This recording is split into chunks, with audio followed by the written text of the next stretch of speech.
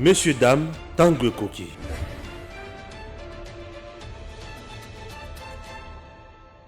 Nous sommes là à bord des Congo Airways. Chers compatriotes, Congo Airways, le léopard volant, fait toujours son travail. Et son travail, il y a même des Congolais qui ont X coin na Y coin. C'est par exemple Patrice Emery Lumumba, Azaki na Bruxelles, la Belgique, Congo Airways, compagnie Mboka ya Bana Congo, et qui n'a quitté na Belgique et juillet, et Zongisie na Congo, Bisika à Salamoussala. Cette entreprise n'est pas en faillite. Oui, cette entreprise doit vivre, doit fonctionner pour aider les Congolais. Sur le plan commercial, elle doit aussi remplir sa mission sociale pour que le pays soit à l'aise. Un pays doit avoir de l'eau qu'on aille. Congo Airways, sur le plan, il y a la frontière, sur le plan, il y a MIPP. À garantir souveraineté, il y a Congo. Alors, vous regardez vous-même, Congo Airways a plusieurs places. Vous sentez que c'est confortable, les gens sont à l'aise ici, peuvent voyager comme ils veulent, et bien servis, calmement, avec un personnel de qualité. Donc Congo Airways n'est pas en faillite, tout va bien. Alors nous demandons à l'autorité de faire convenablement son travail. Messieurs, dames, bonjour et surtout bienvenue dans votre émission. Vous êtes sur Edem TV officiel, votre chaîne, et précisément dans l'émission Tanguy Koki. Stéphane Balamwangue, votre humble serviteur. Je ne cesserai jamais de soutenir mon président de la République démocratique du Congo, Félix Antoine Tshisekedi Tshilombo, mon président, notre chef de l'État. Je ne cesserai jamais de le soutenir. Pourquoi j'ai toujours dit? C'est parce que c'est bien lui. Oyo Esengeli, Amimamboka Nabisone Sengo. Et ce qui n'a soutenu été, c'est-à-dire que Nandimi Mboka et Dindana Passi, je ne le ferai jamais. Chers Congolais, j'ai suivi un extrait d'un reportage. Il y a Pero Louara, na le mouvement rebelle, il y a M23, les mouvements terroristes. Alors, dans ces reportages, lobby noir sur blanc, que Tshisekedi, bango yendazali cause. Il y a insécurité, donc pas si tu allais là yango lelo ezali Tshisekedi. Bato batinde ninga extrait wana mingi oyo Pero Louara asali. Chers Congolais, je vais en parler. Je vais analyser ça calmement. Et je vais analyser également dossier ya ba dinosaure nyonso oyo ba oluka kaka fachi alungwa bango bazonga. Je vais vous parler de ça. Calmement comme d'habitude. Je commence avec ce dossier. J'ai l'extrait en question, mais je ne peux pas diffuser ça sur ma chaîne. Edem TV officiel soutient les institutions. Edem TV officiel soutient nyonso ezali na avantage au peuple congolais. Je vais vous dire ceci. M23 n'existe pas ou n'a pas commencé à tuer, à piller, à détruire au Congo avec Tshisekedi au pouvoir. Non. M23 existe avant que Tshisekedi soit président de la République. M23 existe depuis le régime de Joseph Kabila. M23 est yati na Goma et Kanga province, il y a Nord Kivu, M23. Donc, M23 n'existe pas avec Tshisekedi. 1. M23 a tué, a pillé au Congo, na régime ya Tshisekedi te. Abandi ko pillé ko boma na régime ya Kabila. M23 ba signa ba accord na bango na nani na Kabila. Et tango bango ba signa kana Kabila accord na bango ezalaki nini biso ba Rwandais toko kota pe na vie politique ya Congo, toko diriger pe, toko kota na armée, toko sala bongo. C'était ce que le M23 avait signé na Kabila. Kabila siko amonaka ki ekomelaka ipasi akende ko soumettre question wana na niveau ya parlement pour ekende na ratification ya traité ya accord wana. Kabila monango passe ekomi compliqué et ba troupe ya Rwanda ba komaki ko kota na RDC. Ba tuna Kamere. Tozomona ba troupe rwandaise bazo kota na RDC. Olobini ni Kamera lobi na yebi kambwana te Kabila bengana Kamera cause ali kambwana. Chers compatriotes, Pero Louara a fait quoi comme travail aujourd'hui? Et le Kwaliboso. Il fait le travail de diaboliser Tshisekedi. Il a créé des zizanies ici. A moni et komi ndongo akimi. A préféré à vendre bisika oyo à cause de la libre à cause de la oyo nyonso alingi. Puisqu'il ne fait pas tout ça tout en étant au Congo. Il ne fait pas ça tout en étant au Congo. Il est ailleurs. Là où il est. Azaki na mbongo nini ya kokende ko se loger ko bandel sous musala en force. Non. Il y a une force financière derrière lui. Oyo ezo tinda asala bongo. Et il travaille avec qui? Mais il travaille avec Katumbi. Qui ne connaît pas que lui travaille avec Katumbi? Bien sûr. Et maintenant, il travaille avec Katumbi, il travaille avec Kabila. Et tous ces gens-là, bazana mbisolo oyo ekoko tindikaye pour batombola. Pero Luara a eu les informations, il y a un mouvement terroriste wana ndengenin. Azu numéro ya bato wana ndengenin. Elingi kolobake yepe azamutu ya M23 T. Batu oyo ba pesie numéro wana. Baza batu oyo basololaka na batu ya M23. Et lokwa liboso. Batu oyo ba pesie numéro wana. Ezali batu oyo basololaka na M23. Et batu basololaka na M23 wana bazaka pe kaka na Congo. Et lokwa liboso. Et lokwa mibale. L'objectif, c'est de nuire Tshisekedi. C'est de faire haïr le président Tshisekedi na kata opinion. Bato nyonso balobana ngambu ya est ke biso tozo kufa awa Tshisekedi azo sala semblant ya kopesa biso solution nzoka aza kolo M23 non. Tshisekedi aza kolo M23 te. Kolo M23 c'est Kagame. Je vais vous donner des analyses claires. Je suis journaliste, moi qui vous parle. Ba groupe rebelle wana na est ba bengaka des fois ba numéro oyambi mutoyebi soki ngana za chef ya groupe rebelle tel na posala le kana média na yo dans les kisakate. Po je ne peux pas diffuser un élément yanani il y a ba groupe rebelle au bazo bondisa Congo nanga na le kisakate. On nous contacte partout matin midi soir des fois on communique numéro moko bengi yo. Monsieur, c'est Stéphane Balamang, tu dis oui c'est Stéphane. Moi, je suis un groupe rebelle tel. Mais surtout, ça va résistant tel. Nous voulons ceci. Nous voulons qu'il fasse aussi ceci. Faire passer le message à Nabiso. Naboyaka. Groupe rebelle, il y a M23. On a peine numéro masqué et bengang. Il s'est fait passer de M23 pour me dire nous avons un message à donner aussi. Makamoto qui serait dans le salon, les autres, c'est ce que vous en approchez pour sauver RDC. Je dis pas question. Chez moi, je ne peux pas diffuser un message à un groupe rebelle.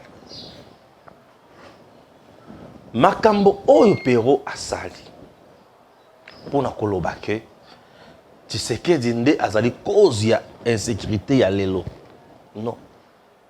Ezalokuta. M23 bazana kati ya kocha tu sais que di pression nyonso. Bazocha pression na mandoki, bazocha pression na média, bazocha pression na communauté internationale, bazocha pression na niveau nyonso. Po bazana kati ya koluka eloko moko négociation, dialogue, tu sais que di afukama andima basala dialogue, tango bakosala dialogue, bakotisa bango na armée, bakotisa bango partout ailleurs. M23 nakota na mozindo ya reportage wana. Bazotuna Loire azotuna ye. Alebi, tu sais que depuis l'opposition, tu vas ndaka kosolola na ye. Merci. M23 n'a pas dit que tu sais que quand il était dans l'opposition, abanda continue la biso mbongo ya Minduki, ni ya Kisi, ni ya Masasi. Abanda continue la biso mbongo ya Teni. Alebi bongo te. Alebi to bandaka kosolola. Tu sais que c'est un leader. Un leader qui aspirait comme la magistrature suprême. Ce qui groupe rebelle ba bengi un leader. Tout le monde a un leader, biso toza ba tutel. Akoboya to akondim. Ce qui au lobby qui akoboya koyoka bango donc tu ne maîtrises pas la politique. Ce qui au lobby qui il faut ayoka bango tu maîtrises quelque chose. Pourquoi il faut ayoka bango? Ce qui ba bengaki ayoki bango.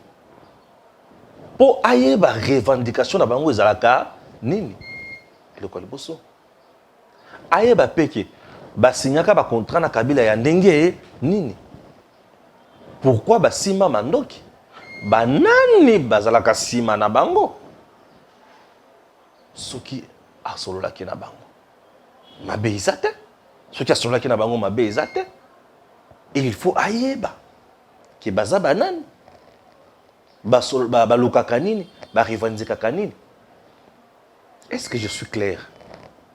Sima ya kosolola na bango elingi koloba ke tu es de mèche na bango non na sololi na bino. Mais nga na vandi na garder position nanga na pesi bino vision nanga na biro nga soki na komi na pouvoir na ko résoudre le kamona bino, n'est-ce pas? OK.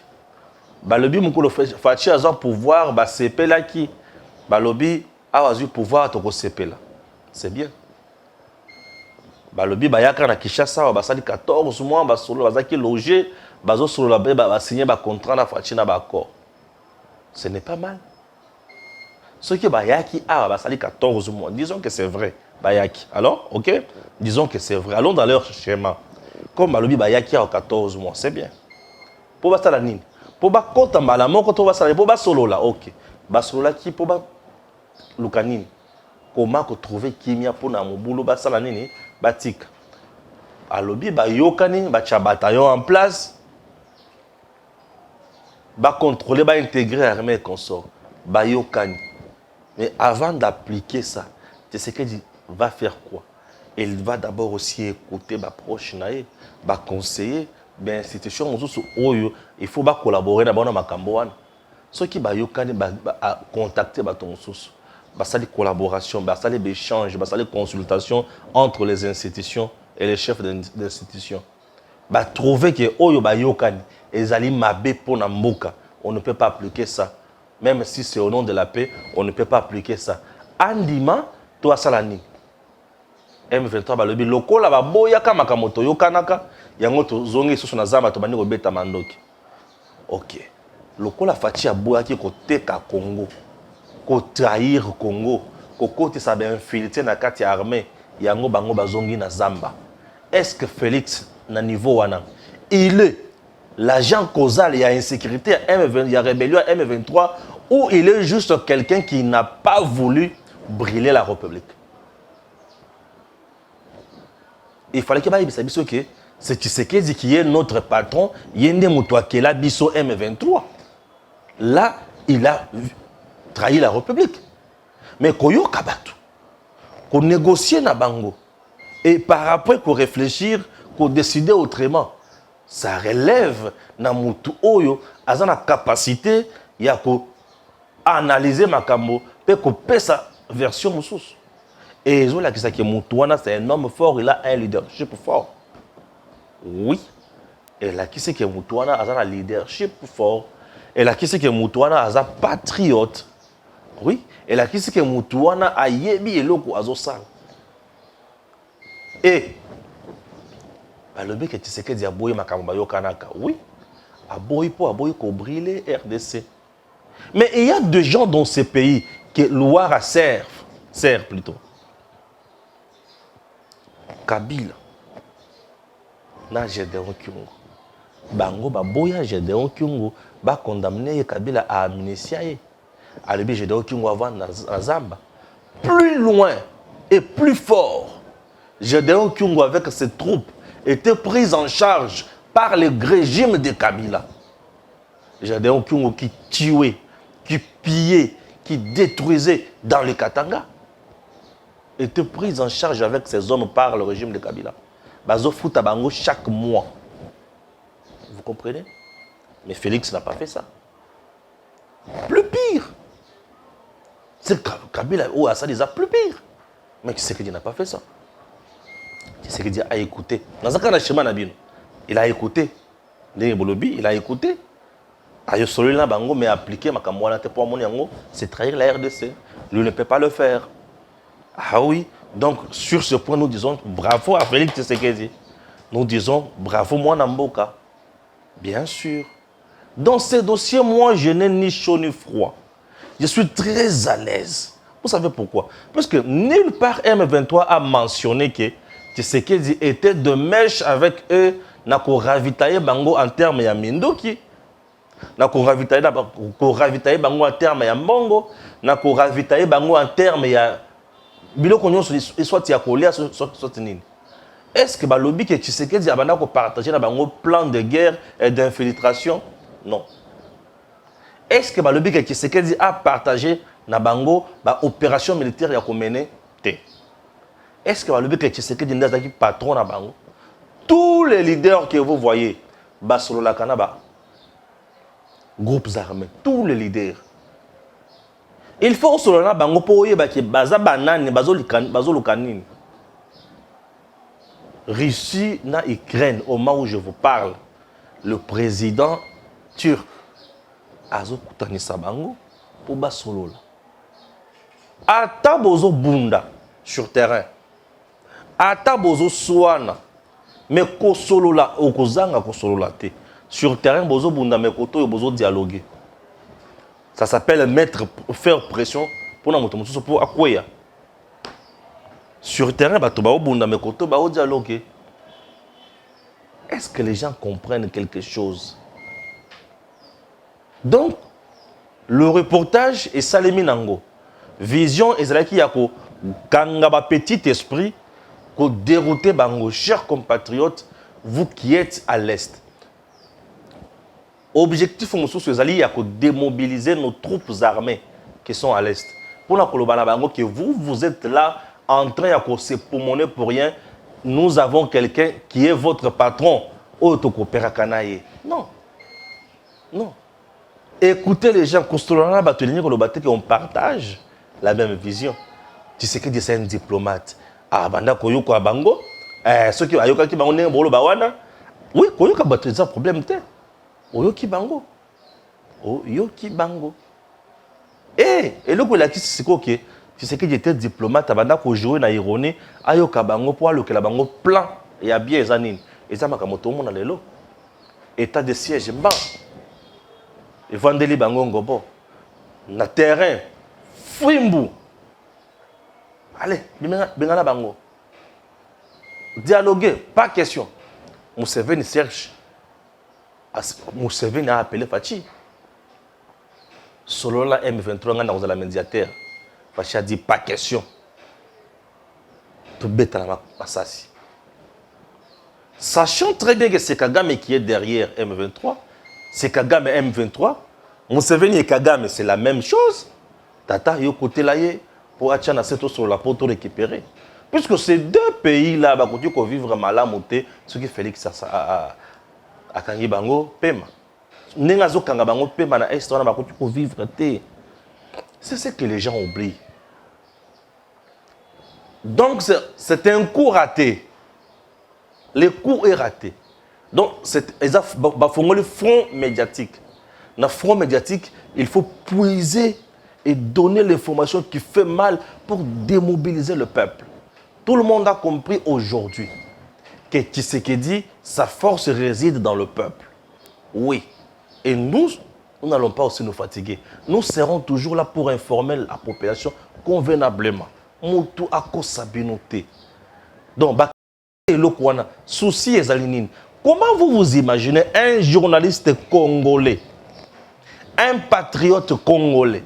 Parce que avant toute chose, je suis Stéphane Balamwangi, congolais de père et de mère. Nazo se payer le luxe. Il y a comme ça l'interview. Naba chef rebelle pour na calomnier président Nanga. Je vise quoi? Président wana akweya, ba chef rebelle wana bazonga place wana. Je suis au service de la chef rebelle. Lorsque je traite des informations pareilles, dans tango auto zali agressé dans moment oyo. C'est-à-dire nazo viser nini? Na démobiliser troupes na biso. Bino beaucoup fa kuna pamba, banyangala kata. Koto kutu mokonzi na biso boyo ka makambo ako sala. C'est ça l'objectif. L'objectif est de décourager le peuple, de démobiliser les troupes, d'affaiblir tout le monde et d'aplanir la voie pour la Monguna Atambola Akota. Et ce qui me fait trop mal, il y a que pour ma pression bongo, pour basungio sur ba pesi sur kinini.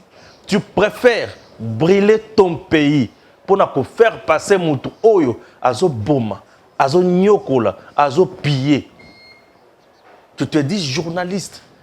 Non, un journaliste avant tout est patriote. Et patriote. Et tout ça, si vous comprenez bien, batu oyo bazo tim de kaye, eza batu oyo na Congo, bazana moralité ya mabe, bazana histoire ya mabe, bazana origine douteuse. Moko-zambien, italien, juif, grec, mosusu, tout rwandais, des pères et des mères. Vous comprenez peu? Et batouana n'est-ce que bazo simana batouana. Et tant bazo da simana bango bongo, voilà, souci zanini, Congo et se brûlé. Baïna Tshisekedi. Pour l'instant, ce que Tshisekedi a eu révolte, a eu pression, il y a armée à gauche, il y a peuple à droite, c'est fini. Il devient nul. Ah oui, elle devient nulle. Hein, puisque là, la force de Fachi, c'est l'armée, c'est la population. Il faut démobiliser les troupes, il faut démoraliser le peuple. Comme ça, bah, il rien balamoko à Lungwa. Il vise le coup d'État. Chose impossible. Ces coups d'État qu'ils sont en train de viser là, impossible. Et bah, yebi en plus, avec Kimibé, quand on lit la yango mboka sikoyo, bah ça déjà écarté. Moko ba yebi qui a sénateur avait moyen de poster les sous et até. Il veut forcer les notes. Mon sous qu'on a yebi que moi, ngai ne naza boy, zimwaka, de père et de mère et bomingai. Bah voter te oui, bah voter te certes, mais thème ya bato de père et de mère, ma nécessité changer. Alors bien, moto tout qu'elle front mon sous. C'est ce qui se passe. C'est ce qui se passe. Diplomatiquement, batamoli partout, Fachi a longi bango. Et awa sikoyo, batali balobi, le côté moto a longi biso. To côté la na kati. Yango ba côté lié na kati. Ba côté lié na kati. Un district de Kabundu na gauche. Bali batali na nimsusu. Bon, j'ai déjà parlé de lui. Franck Diongo et consort, chers compatriotes. Franck Diongo représente quoi? Fachi a été élu président de la République au moment où Franck Diongo était en prison. Franck Diongo n'a pas battu campagne pour Félix Tshisekedi. C'est-à-dire qu'il sera encore réélu président de la République. Franck Diongo ne représentera toujours pas quelque chose. Ne représentera toujours pas quelque chose. Il sera toujours comme ça, tel qu'il est là. Et avant de faire ma publication, ma déclaration à Yohana, vous l'aviez vu où? Dans le Katanga avec qui Katumbi. Et là où il y a Katumbi, l'ombre de Kabila est là. Et Diongo aujourd'hui est derrière Kabila qui l'a torturé hier. Attends, je vais te dire quelque chose. Hein? Je vais te dire quelque chose. Loba mène quoi? Loba mène. Loba mène, ma révélation. La révélation. Diongo hier torturé par Kabila. Avant d'ina Kiti. Singaya Mai Koti. Mai na sachet likolo. Ye pa ya vanda ki alali boy. Kuna Kabila na ba juge na ye. Bazo tanga bare na ba jugement. Diongo polo ya pembe makila. Kabila vandi ce qu'on a gelem. Aotala il faut pas condamner. On a population les bandes le bi ngaye mawe. Mais ce qu'on a yo. Diongo ce qu'on a vendu kuna. Condamné. À qui en prison, torture. Et aujourd'hui, Diongo a vendu 3 ans en prison. Accord à Saint-Sylvestre. Aux décrispations. Biloko Lokuta. Katumbi était sur la liste Yabatou. Où il fallait qu'il base à la libérer. Cas emblématique. Il y avait Katumbi, il y avait Diongo, il y avait. Oh, il y a Congo central, c'est qui? Oh, bah, qui j'aime Diomi Dongal. Oui. Et j'aime Diomi Dongal. Kabila libéra Bangote. Bafanda kuna Katumbi azonga wate. Libéra bangote. Oui, libéra bangote. Diomi était là. Kabila qui l'a torturé hier. Donc le régime de Kabila, bien sûr. Je ne parle pas de l'individu. Je parle du régime de Kabila. Le régime de Kabila qui a torturé Diongo hier. Aujourd'hui, Diongo a Kessima Kabila Lissous. Diongo a Wangani, Oyo a PCV, qui c'est qui dit. Je vais donner quoi comme message ici? Les politiciens congolais ne sont pas prêts pour servir le peuple congolais, mais ils sont prêts à tout pour gagner de l'argent et devenir millionnaires, milliardaires. C'est ce qui se passe. C'est ce qui se passe. Je peux reprendre, je dis bien les politiciens congolais. Banatina ya peuple congolais. Tala makambo oyo bango nyonso baobimisa mikolo. Shadari te dit, Tshisekedi dictateur. Kabunu te dit, Tshisekedi jouisseur. Diongo te dit aussi, jouisseur, il est ceci, il est cela. Kabila te dit, Mboka Zotamba la Mabe, Moïse, Olive te dit, papa, il faut apporter bonheur. Bango nyonso tuche bango siko na sac moko. Bazé belé. Na tcha bango siko na sac moko. Bana beta bango kozongisa bango boye. Na le bela moto moko. Katumbi était président gouverneur avant de membrement ya Katanga.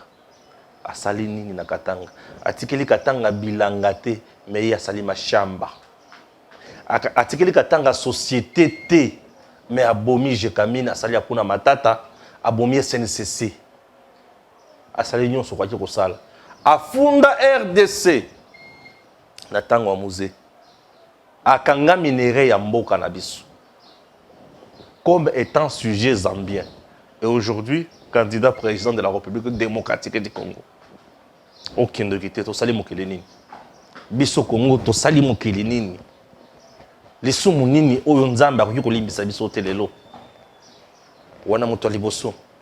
Moto ya mibale. Oyo aza pe candidat président. Lelo Frank Diongo pe candidat président. Na sauté. Na obebisa énergie te. Kabila lisusu. Nde nazomi to na nzambe. To fukama to sala jeune à combien de jours pour yété. Pour tribu yété. Congo par terre durant 18 ans. Par terre. To tanga kama kamonyo sona chaque jour awa. To bandela ngo lisusu. Aux yeux Mouzou Topé candidat président de la République. Papa pour ça la bisonine. Compliqué. Aux yeux Fayoul c'est un distrait tout simplement.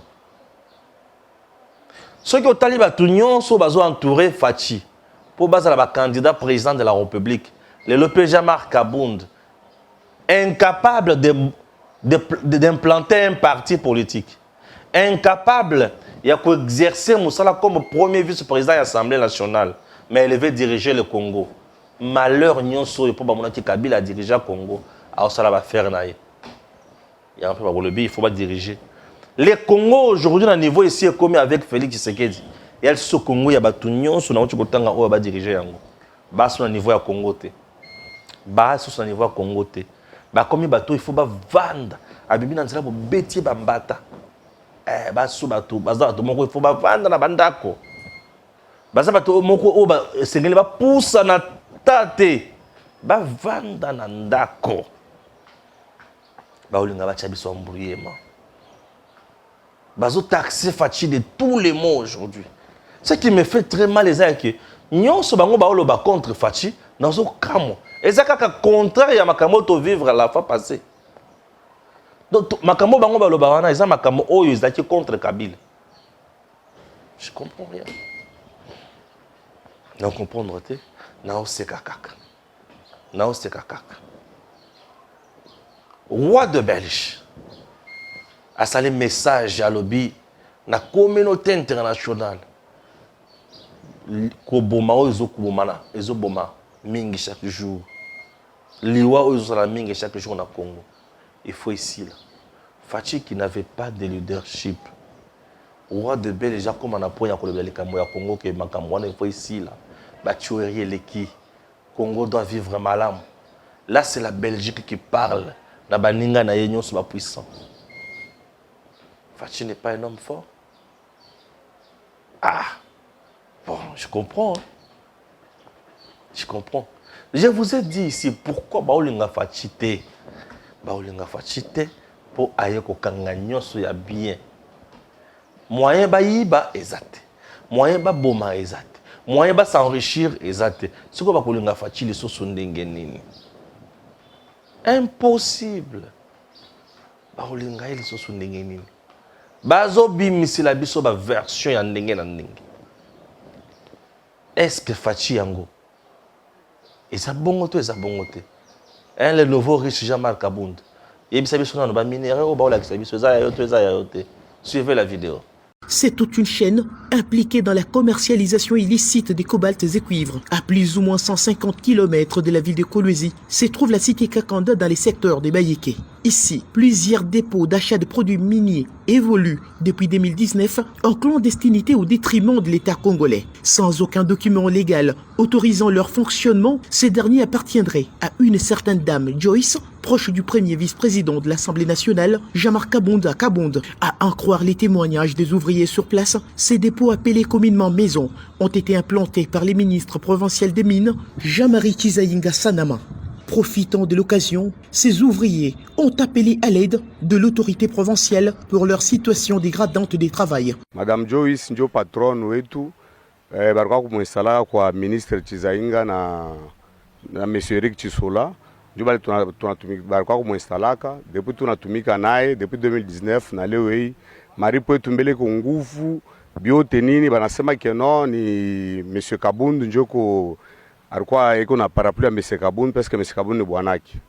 Tunaonaka bantu ya leta banakuyaka abaripake taxe bana bafukushaka na hivi abaturipe tuko naishi mpaka kwa nguvu abaturipe tunashindwa na kudeklare madroit yetu vile banasema ni bibi wa Kabound. Hormis ces refus délibérés de se conformer aux lois de la République, ces dépôts caporalisent tous les marchés des produits miniers dans cette contrée de la Provence au détriment des autochtones évoluant en toute légalité, à en croire l'un des responsables des dépôts et président d'une coopérative. Mimi niko autochtone, niko mtoto mkini, niko prince wa chef de terre Kamimbi. Huku ni kwetu. Tuko hapa depuis fin 2018. Tunatumika hapa mais unaona leo kaji vile nabakia.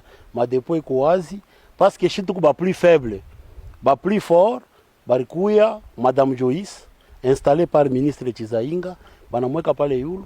Unaona leo madepo iko vide. Ba chinois beko nakimbia, banenda kule parce que shitu kunalipa mataxi ya province. Bwa balipe kitu, beko plus fort.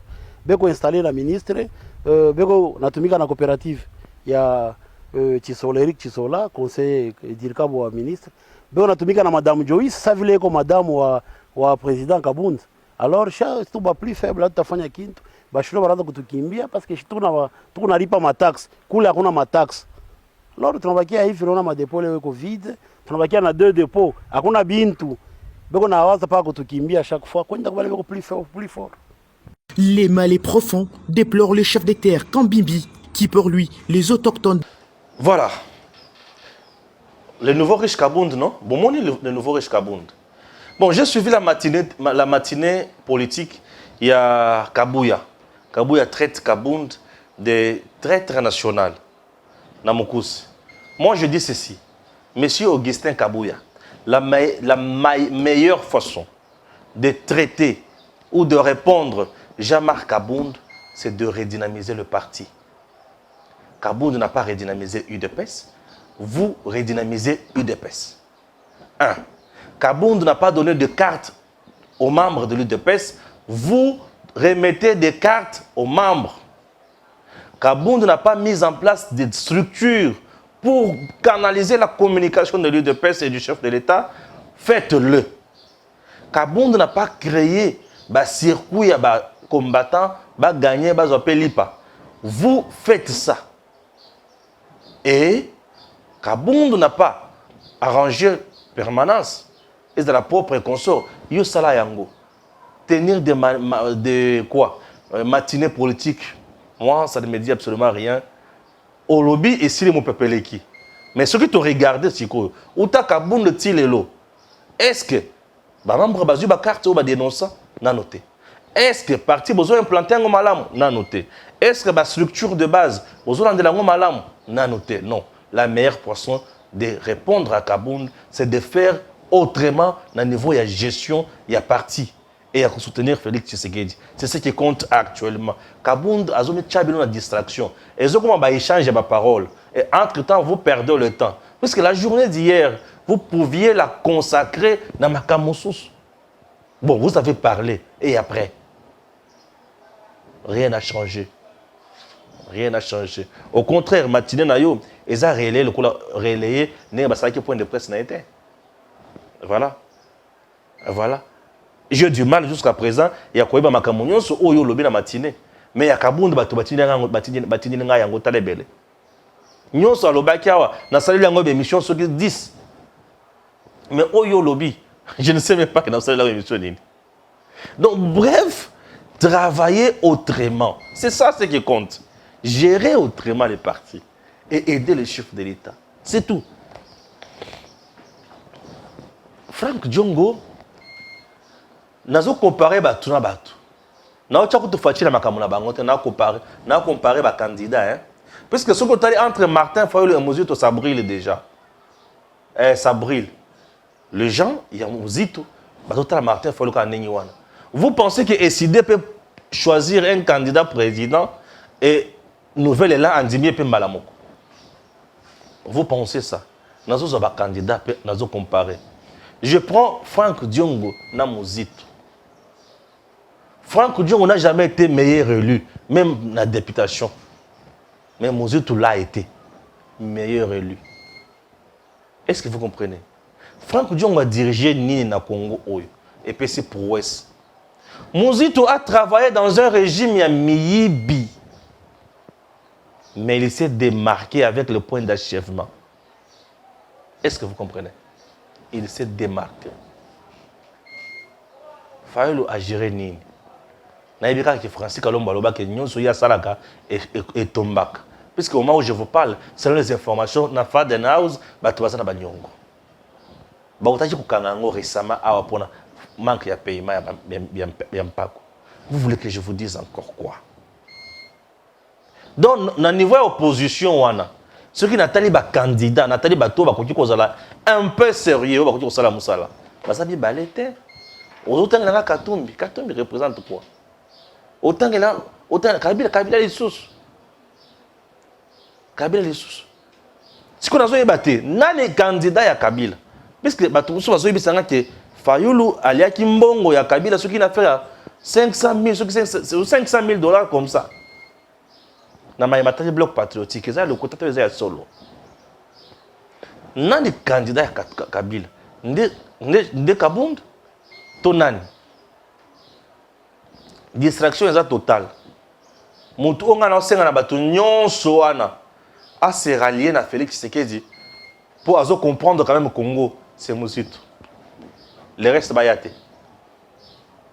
Oui. Batu retourne pourquoi le Mozito oui, lui quand même parfois il est républicain mais le reste c'est bazar kaka brut. Franck Diongo parti na ezala parti nini? MLP hein. Eza wapi na wapi? MLP. Na mona moi bikoko moko boyekota tiango kuna. Nde parti au mise président. Président ngo azokende na epa Katumbi. Nde président. Tala nzala comme le bis c'est biloko moko compliqué na Congo hein. Ce qui est vrai, vous avez dit que Tshisekedi a échoué sur tous les plans, c'est bien. Tout que une élection kassi. Total là, nani a copié sa vision, nani a koloba o sali. Puisque tout ce que vous êtes en train de dénoncer aujourd'hui n'est pas Tshisekedi. Puisque vous dites seulement ce qui est contraire à Tshisekedi à Sali. Moi, Stéphane Balamang, je continuerai toujours à défendre le régime de Tshisekedi. Oui. C'est ma conviction, c'est ma vision. Puisque quand je compare ce que Tshisekedi a fait dans le Kabila Sali, c'est le jour et la nuit. C'est le jour et la nuit. bisika Tshisekedi azotongela bato Kabila tonga ya ye moko nayebisa Kabila kaka nous sommes restés durant 18 ans sans palais présidentiel. Kabila nous a dirigé na ndako na ye pas bien en GLM bana tikala ko battre GLM ezaki ya l'état te mais ndio kezaki ye moto na ndako na dirigé biso. Il était venu faire ses affaires au Congo et ba brignon sur ça les mawana makelele. Regardez pourquoi on a le bien Mozito. Mozito vous dit c'est historique. Déjà il y a ça la prouesse, il y a 1,5 milliard. Non, c'est bien. Mais on peut prendre cet argent-là et quand on a armé la mission comme a un budget à 1 milliard. Ça peut aller. Vous voyez les républicains, il réfléchit, il propose. Il n'est pas dans les tralala. Il a réfléchi, il a proposé. Les gens pensent que dans notre pays, les opposants de l'Ingarabangote, non. L'opposition est consacrée dans la Constitution. Mais sauf que dans l'opposition, ils ont raisonné. C'est ça le problème. C'est ça le problème. Mozito a été invalidé ici. Il a trouvé que c'est rien du tout.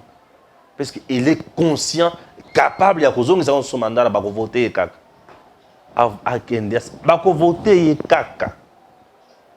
Bref, nos positions, ceux qui ont moto na kobanga, ou cause la maël, à cause la makamboza ka Mozito. Mais le reste, c'est que sur le plan de la popularité, Mozito est populaire na kwa moko. Je suis allé dans le Congo central. Dans le Binasa, na mon président élu. Dans le Congo central, na mon ata bureau ya SID, na monité. Na lungu na Congo central de Kasangulu, hein. Ti kuna na monate. Mais j'ai vu le bureau ya nouvelle là. C'est dans quel secteur? C'était très propre. Même il y a eu des personnes dans monate.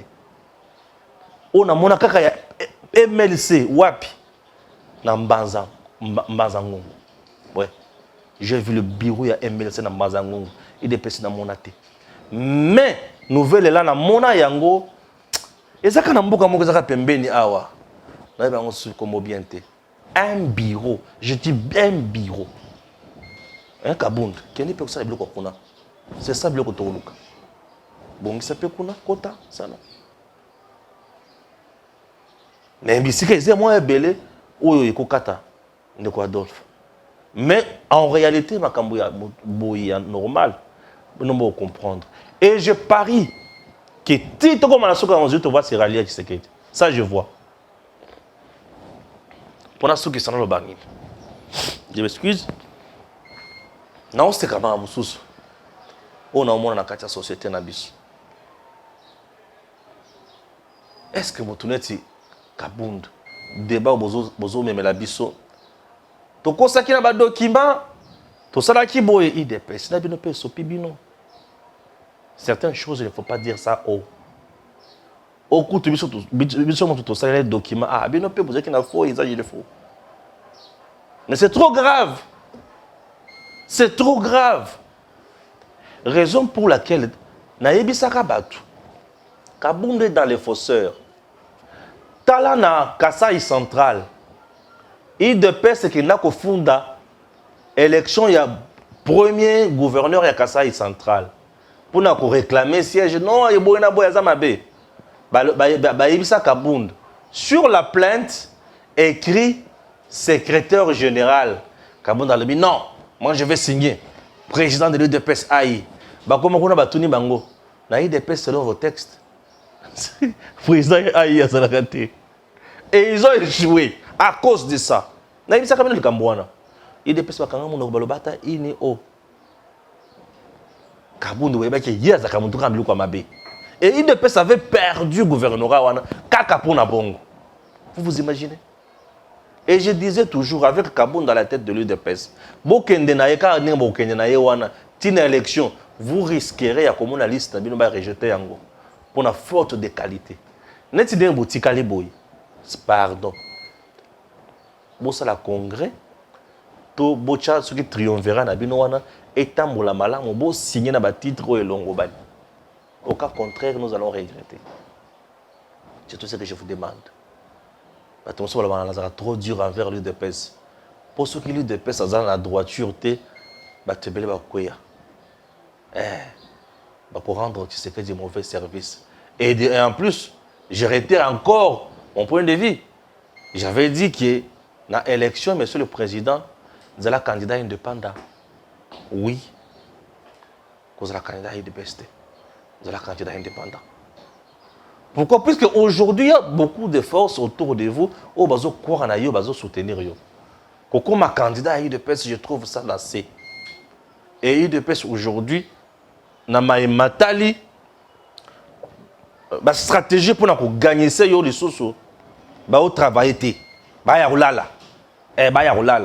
Comme une réaction épidermique. Kapunda lobby, tu répondre non, implanter les partis, redynamiser les partis, chercher du boulot pour les combattants, libérer Gilles. Kabouya devrait faire à tout prix Parlement debout et zonga. Ndemakambo il faut y asala yangoana. Kabound n'est rien. Dès 3 jours, Kabound va s'effacer. Mais le parti de paix va rester. Mais dans quel état? C'est un état. On a sali la base qui est roulé bateau. Maman Robert Baninga is à la tête sur soutenir Fachi. Ya Robert Baninga is à la tête sur soutenir Fachi. Mais le coup na mon ebino botala motambo ya kotenga na muke. Ya on a rappelé bino ka ya botelema otambola malamu. Sinon mobulu. Mobulu. Pour en face ya UDPS, bato baza ebelé. Bakabuya Katumbi, Kabunda rejoindre Bango, Kabila, Fayulu, Muzito. Heureusement, na ngambo na bango pe baza Kabwana. Heureusement, na ngambo na bango pe baza Kabwana. Pour ceux qui baza kira liboki, mabe. Mabe. Heureusement, na ngambo na bango baza Kabwana. Mais dans tout ça, dans la crainte à mon côté pour Fachi ça va. Merci. Seigneur, je vais te recommander le commandant suprême de FARDC, le chef de l'État, président de la République, Félix Antoine Tshisekedi Tshilombo, notre Dieu, à partir d'aujourd'hui, il devient Josué. C'est parce qu'il nous fait entrer maintenant dans le Canaan. Et tous les peuples congolais vont maintenant consommer le meilleur produit de la RDC. Au nom de Jésus-Christ, tout ce qui le combattra sera combattu. Tout celui qui cherchera sa mort, il sera mort. Si celui qui cherchera le malheur, il sera dans la malédiction. Tout celui qui cherchera les complots, il tombera dans les complots. Seigneur, tu les couvres de ton sang précieux. Parce que lui, le 23 juin 2019, ici au stade de Martyr, il t'a dédié à la RDC. Il a béni Israël tout en étant en Israël. Seigneur, tu le dis, celui qui bénit Israël sera béni. Et la RDC est bénie. Au nom de Jésus-Christ.